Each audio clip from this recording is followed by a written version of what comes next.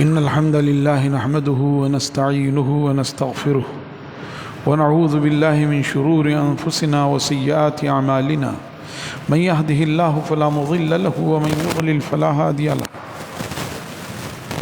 وأشهد أن لا إله إلا الله وحده لا شريك له وأشهد أن محمدا عبده ورسوله يا أيها الذين آمنوا اتقوا الله حق تقاته ولا تموتن إلا وأنتم مسلمون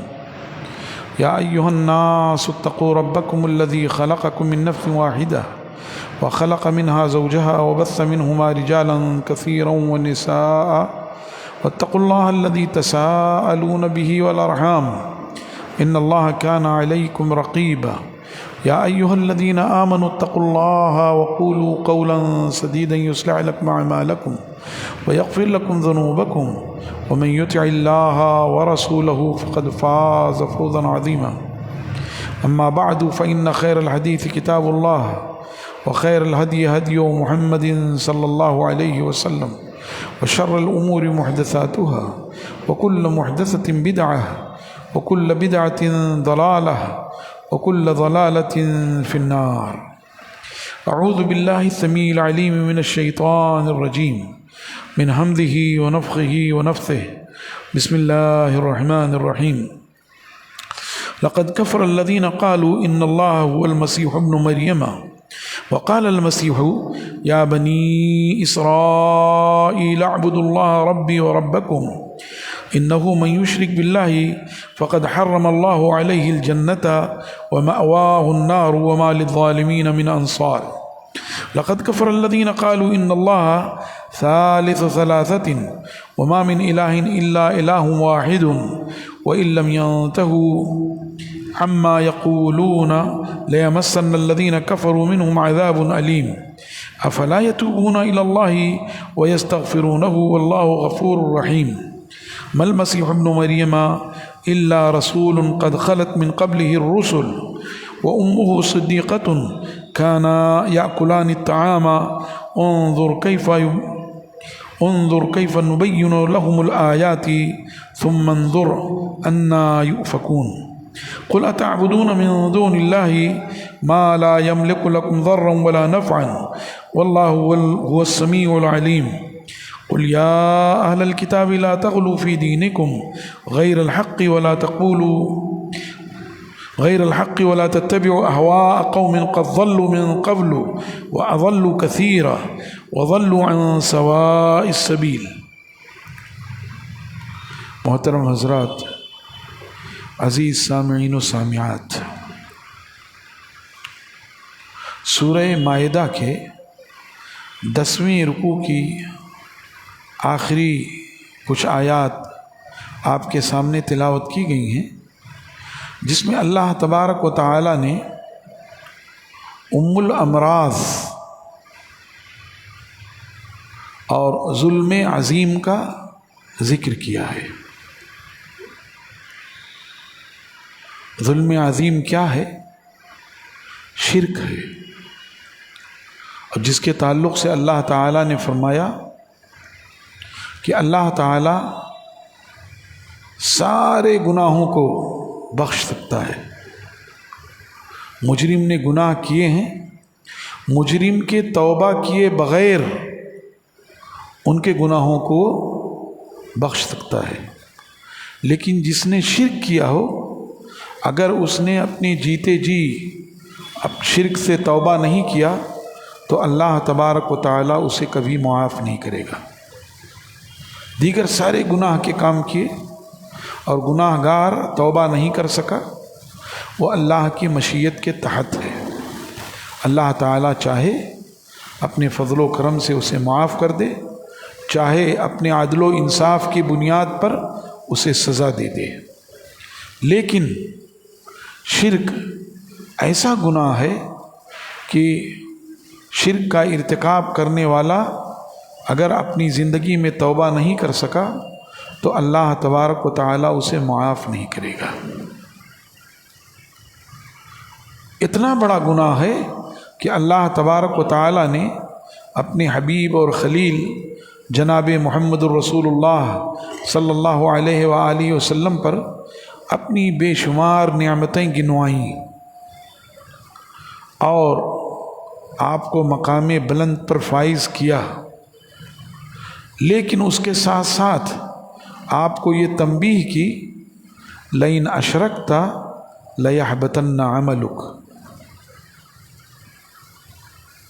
اے محمد الرسول صلی اللہ علیہ وسلم، یہ بجا کہ آپ قیامت میں تمام انسانوں کے سردار ہیں، یہ بجا کہ آپ کی شفاعت سے انسانیت کا حساب و کتاب ہوگا، یہ بجا کہ آپ کی فضیلت کو برقرار رکھتے ہوئے اللہ تعالیٰ آپ کی امت کا سب سے پہلے حساب و کتاب لے گا، یہ بجا کہ جنت کی کنڈی سب سے پہلے آپ کھٹکھٹائیں گے اور آپ کے لیے جنت کا دروازہ کھولا جائے گا، یہ بجا کہ جنت میں سب سے اونچا محل آپ کا ہوگا۔ لیکن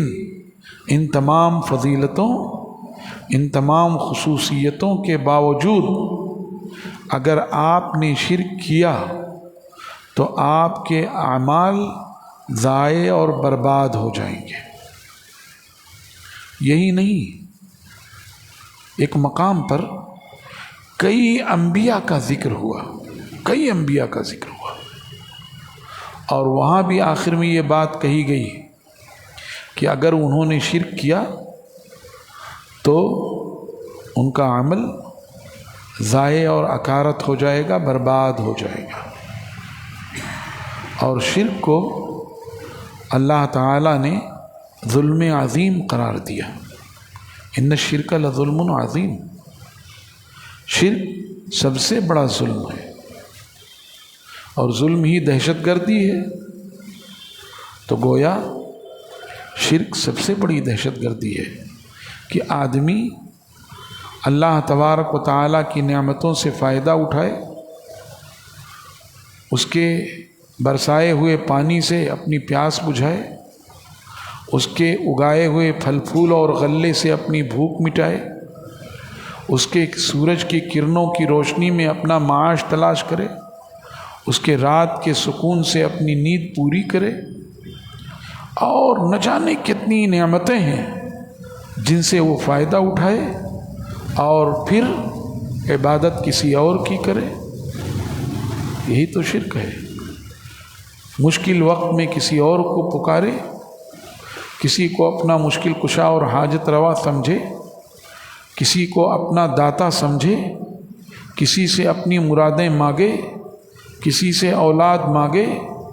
کسی سے اپنی بگڑی بنانے کی تمنا کرے، یہی سب تو شرک ہے۔ اور شرک کے بہت سارے مظاہر ہیں۔ شرک کا ایک مظہر یہ ہے کہ اللہ کا بیٹا مان لیا جائے، جیسے یہودی عزیر علیہ السلام کو اللہ کا بیٹا مانتے تھے، جیسے نصارہ عیسیٰ علیہ السلام کو اللہ کا بیٹا مانتے تھے۔ شرک کا ایک مظہر یہ بھی ہے کہ یہ کہا جائے کہ اللہ جو ہے وہ اکیلی کوئی ہستی نہیں ہے، بلکہ وہ 3 ہستیوں سے مرکب ہے، باپ بیٹا روح القدس، اور بعد میں کچھ لوگوں نے روح القدس کو خارج کر کے مریم علیہ الصلاۃ والتسلیم کو اس میں شریک کر لیا۔ شرک کا ایک مظہر یہ ہے کہ آدمی یہ عقیدہ رکھے کہ اللہ تعالیٰ کسی شخص میں حلول کر گیا ہے، جیسے عیسیٰ علیہ السلام کے بارے میں یہ عقیدہ کہ اللہ تعالیٰ عیسیٰ علیہ السلام میں حلول کر گیا ہے، جیسے بہت سارے لوگوں نے اس طرح کی باتیں کی ہیں۔ اوتار کا عقیدہ بھی یہی ہے کہ اس میں ایشور حلول کر گیا ہے، اللہ تعالیٰ حلول کر گیا ہے۔ تو یہ سب شرک کی شکلیں ہیں۔ یا یہ کہ عبادات جو اللہ تعالیٰ کے لیے خاص ہیں، چاہے وہ نظر و نیاز ہو، چاہے وہ قربانی ہو، چاہے وہ چپکے چپکے اللہ سے ڈرنا ہو، چاہے وہ چپکے چپکے اللہ تبارک و تعالی سے عاجزی اور تضرع کرنا ہو، اگر یہ چیزیں کسی اور کے لیے کی جائیں تو یہی شرک ہے۔ اللہ تعالیٰ کے لیے جھکنا ہو، اب اگر کسی اور کے لیے جھکا جائے، اللہ تعالیٰ کے لیے سجدہ ہو، کسی اور کے لیے سجدہ تعظیمی کی جائے تو یہی تو شرک ہے۔ سجدہ تعظیمی شریعت محمدی سے پہلے جائز تھی، لیکن شریعت محمدی میں حرام ہے۔ اللہ کے رسول صلی اللہ علیہ وسلم نے فرمایا کہ اگر اللہ کے سوا کسی اور کے لیے سجدہ جائز ہوتا تو میں بیوی کو حکم دیتا کہ وہ اپنے شوہر کو سجدہ کرے، لیکن سجدہ تعظیمی کسی اور کے لیے جائز نہیں ہے۔ اب اگر کوئی کہیں جا کر سر جھکاتا ہے تو یہی شرک ہے، کسی کے لیے رکوع تعظیمی کرتا ہے تو یہی شرک ہے، کسی سے چپکے چپکے ڈرتا ہے، یہ سوچ کر کے ڈرتا ہے کہ اگر انہوں نے چاہا تو ہمارا بگاڑ دیں گے، بنا دیں گے، ہاں یہی شرک ہے۔ تو شرک کے سارے مظاہر اسلام نے ختم کیے۔ تمام انبیاء کی دعوت توحید پر مبنی تھی اور تمام انبیاء کی دعوت شرک کی تردید پر مبنی تھی۔ اسی لیے رسول اللہ صلی اللہ علیہ وسلم نے اپنی امت کو سب سے زیادہ تلقین کی، اور شرک جس وجہ سے پنپتا ہے اس میں غلو ہے۔ انبیاء کے ساتھ غلو کیا گیا تو انہیں اللہ کے مقام پہ پہنچا دیا، جیسے عزیر علیہ السلام کو، جیسے عیسیٰ علیہ السلام کو۔ یہاں تک کہ شیعوں کا ایک فرقہ ایسا ہے جس نے علی رضی اللہ تعالیٰ عنہ کو ولی کے درجے پر پہنچا دیا، علی رضی اللہ عنہ کو اللہ کے درجے پر پہنچا دیا۔ رسول اللہ صلی اللہ علیہ وسلم کے ساتھ غلو کا معاملہ کیا گیا، اور اللہ تعالیٰ کے جو اختیارات تھے وہ جناب رسول اللہ صلی اللہ علیہ وسلم کو دے دیے گئے۔ اللہ کے رسول صلی اللہ علیہ وسلم نے منع فرمایا، اور آپ نے فرمایا لا تطرونی کما اطرت النصارى عیسی ابن مریم فانی انا عبد اللہ ورسولہ فقولوا عبد اللہ ورسولہ۔ لوگو سنو، مجھے حد سے آگے نہ بڑھا دینا جیسا کہ نصارہ نے عیسیٰ بن مریم کو آگے بڑھا دیا، انہیں الہ کے درجے پر فائز کر دیا، انہیں ابن اللہ کہہ دیا۔ میں تو صرف اور صرف اللہ کا بندہ اور اس کا رسول ہوں، لہذا مجھے اللہ کا بندہ اور اس کا رسول کہو۔ اور قرآن پاک نے مختلف مقامات پر رسول اللہ صلی اللہ علیہ وسلم کو عبد ہی سے تعبیر کیا ہے۔ قل ان کنتم فی ریب مما نزلنا علی عبدنا فأتوا بسورۃ من مثلہ۔ اے محمد رسول صلی اللہ علیہ وسلم، آپ ان کفار و مشرکین سے کہیے کہ اگر تمہیں شک و ریب ہے اس چیز کے بارے میں، اس کلام کے بارے میں جو ہم نے اپنے بندے پر نازل کیا ہے، تو اس کے مثل لے آؤ۔ سبحان الذی اسریٰ بعبدہ لیلا من المسجد الحرام الی المسجد الاقصی الذی بارکنا حولہ لنریہ من آیاتنا انہ هو السمیع البصیر۔ سیرت مطہرہ میں اسراء اور معراج کا مقام بہت بلند ہے، اور یہ ایسا معجزہ ہے جو کسی بھی نبی کو نہیں دیا گیا۔ یہ ایسا معجزہ ہے جو قیامت تک کے لیے چیلنج ہے۔ اللہ تعالی حرم مکی سے مسجد اقصیٰ تک لے گیا، اور مسجد اقصیٰ تک 7ویں آسمان تک لے گیا، اور اس کے لیے جو تعبیر اللہ تعالیٰ نے بیان کیا وہ عبد کا لفظ، سبحان الذی اسریٰ بعبدہ لیلا من المسجد الحرام۔ عبد انسان۔ تبارک الذی نزل الفرقان علی عبدہ لیکون للعالمین نذیرا۔ انتہائی بابرکت ہے وہ ذات جس نے اپنے بندے پر فرقان نازل کیا، جو حق و باطل کے درمیان تمیز کرنے والی ہے، تاکہ وہ اس کے ذریعے جہان والوں کو ڈرانے والا بن جائے۔ اللہ تعالیٰ نے یہاں رسول اللہ صلی اللہ علیہ وسلم کو عبد کہا ہے، اور عبدیت یہ بہت بڑا مقام ہے، اور اللہ کے رسول صلی اللہ علیہ وسلم کا درجہ تو کوئی پا ہی نہیں سکتا، سوچ بھی نہیں سکتا۔ تو لوگوں نے رسول اللہ صلی اللہ علیہ وسلم کے سلسلے میں غلو کیا، ایسے ہی نصارہ نے عیسیٰ علیہ السلام کے بارے میں غلو کیا، جبکہ عیسیٰ علیہ السلام اللہ کے بندے اور اس کے رسول ہیں۔ اللہ تعالیٰ نے ان کے بندہ ہونے کے کئی دلائل پیش کیے ہیں کہ وہ ایک ماں کے پیٹ سے پیدا ہوئے، جیسے عام انسان پیدا ہوتے ہیں ویسے ہی پیدا ہوئے۔ وہ اور ان کی ماں دونوں کھانا کھاتے تھے، گویا اپنی زندگی بچانے کے لیے کھانے کے محتاج تھے تاکہ ان کی زندگی بچی رہے، اور وہ اپنے نفع و نقصان کے مالک نہیں تھے۔ یہود نے عیسیٰ علیہ السلام کو کتنی تکلیفیں دیں، یہود نے مریم علیہ الصلاۃ والتسلیم پہ کیسے گھناؤنے الزامات لگائے، بدکاری اور زنا کے الزام لگائے۔ اب اگر یہ دونوں الہ ہوتے یا تین میں سے دو یہ ہوتے تو ان کو بھسم کر دیتے، ان کو تباہ و برباد کر دیتے۔ عیسیٰ علیہ السلام کو ان کے اپنے بقول انہوں نے سولی دے دیا۔ اگر عیسیٰ علیہ السلام الہ ہوتے تو یہ سولی دینا چاہتے تھے، انہی کو سولی دے دیتے، انہی کو تباہ و برباد کر دیتے، انہی کو عذاب میں مبتلا کر دیتے۔ یہ اس بات کی دلیل ہے کہ عیسیٰ علیہ السلام اللہ کے بندے اور اس کے رسول تھے، اور اس بات کی وضاحت انہوں نے کی خود، اور لوگوں کو خطاب کر کے یہ کہا، دیکھو اللہ کی عبادت کرو، وہی تمہارا اور میرا رب ہے۔ تو یہ جو آیات ابھی پڑھی گئی ہیں یہ شرک کے رد میں پرزور دلیل ہیں، جو ہم مسلمانوں کو بھی دعوت دیتی ہیں کہ ہمیں اپنے عقیدے کی اصلاح کرنی چاہیے، توحید پر قائم رہنا چاہیے، توحید پر ثابت قدمی کے لیے دعا کرنی چاہیے، اللہ تعالیٰ سے لو لگانی چاہیے، شرک سے کوسوں دور رہنا چاہیے، شرک سے بچنے کے لیے اللہ سے توفیق مانگنی چاہیے، بغیر اس کی توفیق کے کچھ نہیں ہو سکتا۔ چنانچہ اللہ تبارک و تعالیٰ نے فرمایا، لقد کفر الذین قالوا ان اللہ هو المسیح ابن مریم، تحقیق کی ضرور بھی ضرور کفر کیا ان لوگوں نے جنہوں نے یہ کہا کہ یقیناً اللہ وہی مسیح ابن مریم ہے، مسیح ابن مریم ہی اللہ ہے۔ جنہوں نے یہ بات کہی انہوں نے کفر کیا۔ وقال المسیح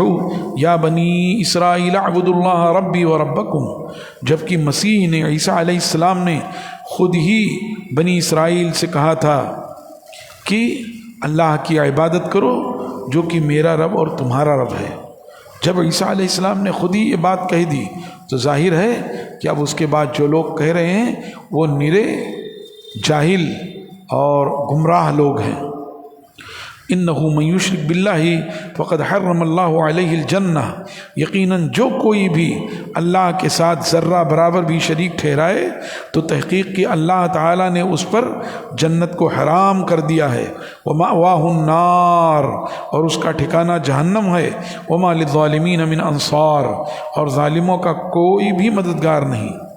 لقد کفر الذین قالوا ان اللہ ثالث ثلاثہ،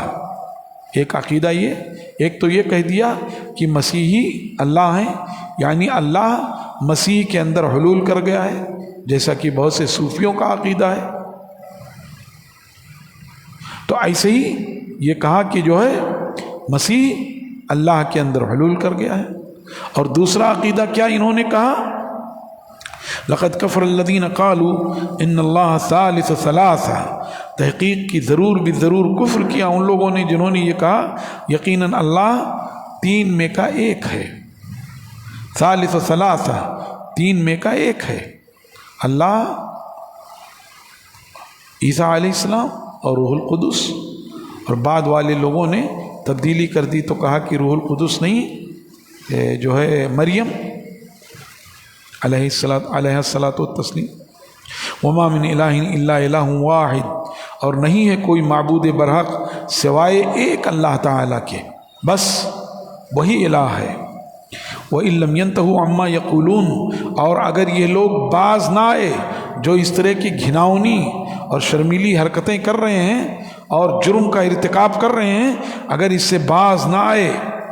لَيَمَسَّنَّ الَّذِينَ كَفَرُوا مِنْهُمْ عَذَابٌ أَلِيمٌ، تو ضرور بھی ضرور چھولے گی ان لوگوں کو جنہوں نے کفر کیا ہے، عذاب علیم چھولے گی۔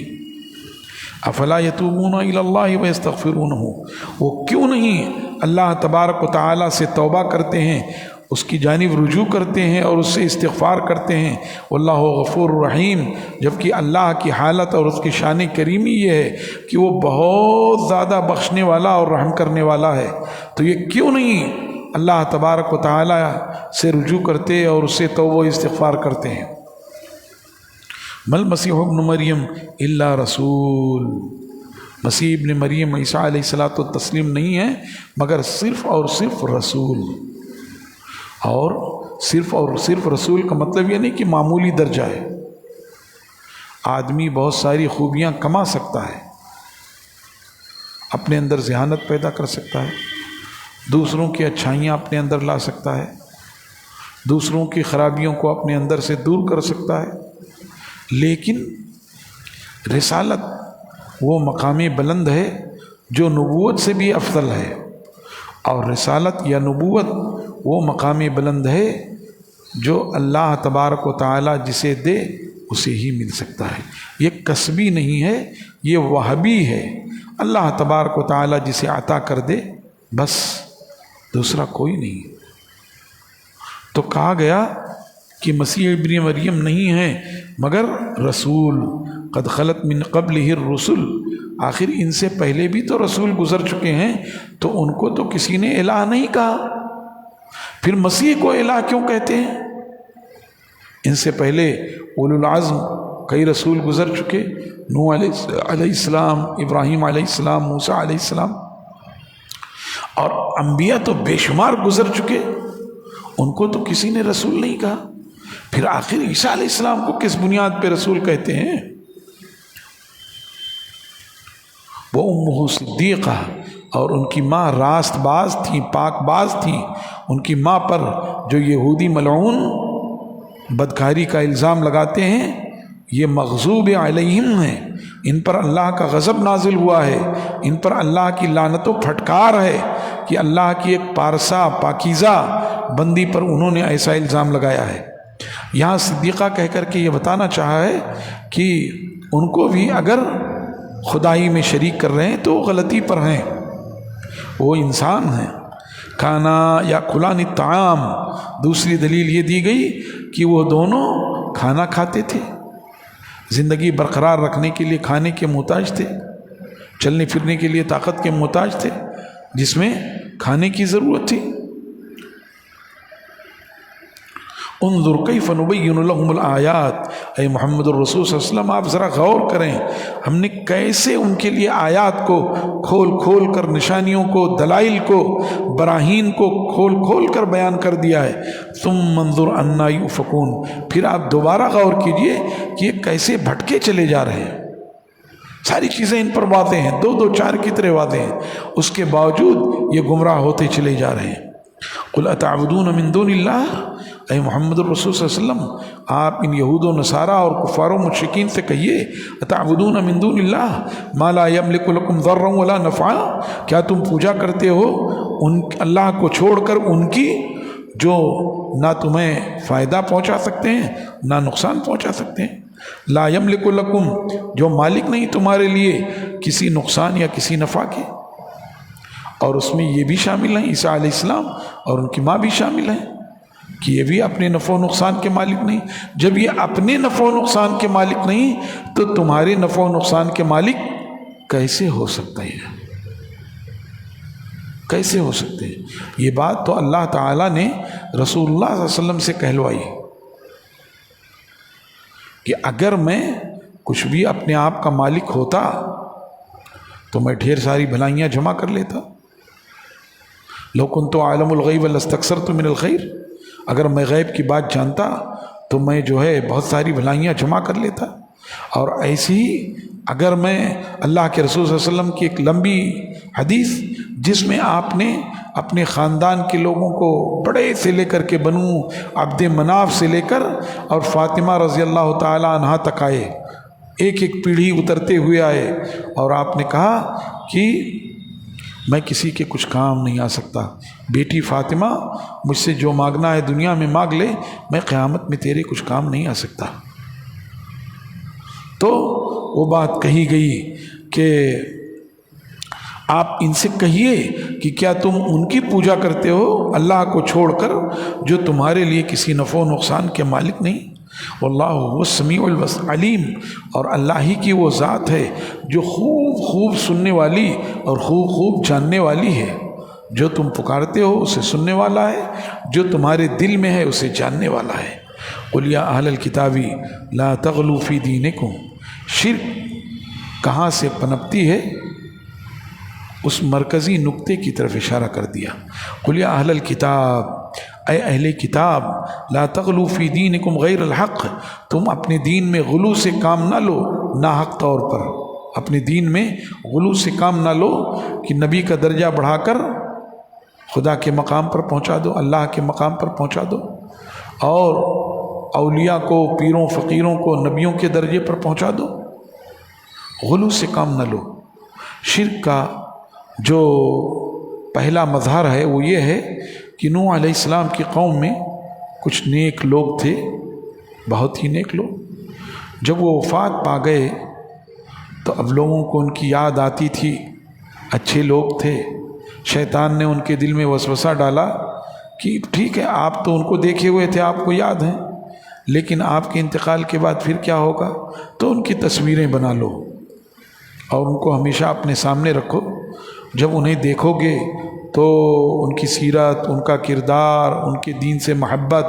ان کا اخلاص، ان کا عمل صالح، یہ ساری چیزیں یاد رہیں گی، تم بھی ویسے ویسے کرتے رہو گے۔ چنانچہ لوگوں نے بنا لیا۔ اب کچھ وقت گزرا تو کہا ان تصویروں سے کیا ہوگا، کیوں نہ مجسمے بنا دیے جائیں۔ مجسمے بنا دیے گئے۔ پھر جو ہے ان کی پوجا ہونے لگی، ان مجسموں پر پھول مالا چڑھایا جانے لگا۔ ایسے شرک کی جو ہے ابتدا ہوئی تو غلو ہی کے ذریعے سے ہوئی۔ اسی لیے شریعت نے اس بنیاد ہی پر جو ہے کہہ لیجیے آری چلا دی اور کلہاڑی چلا دی کہ غلو نہیں ہونا چاہیے۔ اسی لیے رسول اللہ علیہ وسلم نے فرمایا لوگوں مجھے حد سے آگے نہ بڑھا دینا، جیسا کہ نصارہ نے عیسیٰ بن مریم کو بڑھا دیا۔ میں تو صرف اور صرف اللہ کا بندہ اور اس کا رسول ہوں، لہٰذا مجھے اللہ کا بندہ اور اس کا رسول کو اس سے آگے نہ بڑھو۔ جی وَلَا تَتَّبِعُوا أَهْوَاءَ قَوْمٍ، اور ہرگز ہرگز پیروی نہ کرو کسی قوم کے خواہشات کی، قد ضلوا من قبل، جو اس سے پہلے گمراہ ہو چکے ہیں، وَأَضَلُّوا كَثِيرًا، اور نہ کہ صرف گمراہ ہوئے بلکہ بہتوں کو بھی گمراہ کر دیا، وَضَلُّوا عَنْ سَوَاءِ السَّبِيلِ، اور وہ سیدھے راستے سے بھٹک گئے۔ تو گویا شرک جو ہے یہ ام الخبائث ہے، شرک جو ہے وہ ام الامراض ہے، اور شرک وہ ظلم عظیم ہے کہ اس سے بڑی اور کوئی دہشت گردی نہیں ہو سکتی۔ اسی لیے اللہ تبارک و تعالی نے سارے گناہوں کے تعلق سے فرمایا کہ اگر ان گناہوں کا مرتکب بغیر توبہ کے مر گیا تو وہ اللہ تعالیٰ کی مشیت کے تحت ہے، اللہ تعالیٰ چاہے معاف کر دے، چاہے اپنے عدل و انصاف کی بنیاد پر اسے سزا دے دے۔ لیکن شرک وہ ظلم عظیم ہے کہ اگر شرک کرنے والا بغیر توبے کے مر گیا تو اللہ تبارک و تعالی اسے کبھی معاف نہیں کرے گا۔ اللہ تعالیٰ سے دعا ہے کہ اللہ تعالیٰ ہمیں شرک اور شرک کے تمام مظاہر سے بچنے کی توفیق عطا فرمائے۔ اللہ تعالیٰ شرک قولی اور شرک فعلی سے محفوظ رکھے۔ شرک کے جو بھی مظاہر ہیں اور شرک کے جو بھی کلمات ہیں ان سب سے اللہ تعالیٰ ہم سب کی حفاظت فرمائے، توحید کے راستے پر گامزن کرے، توحید پر ثابت قدم رکھے، توحید کے جو تقاضے ہیں ان تقاضوں کو پورا کرنے کی توفیق عطا فرمائے۔ اللہ تعالیٰ کتاب و سنت کے احکام کو سمجھنے کی، ان پر عمل کرنے کی اسے دوسروں تک پہنچانے کی توفیق عطا فرمائے۔ سبحان ربک رب العزت عما یصفون وسلام علی المرسلین والحمد للہ رب العالمین وصلی اللہ وسلم وبارک علی نبینا محمد وعلی آلہ واصحابہ اجمعین ومن تبعہم بإحسان الی یوم الدین۔ والسلام علیکم ورحمۃ اللہ وبرکاتہ۔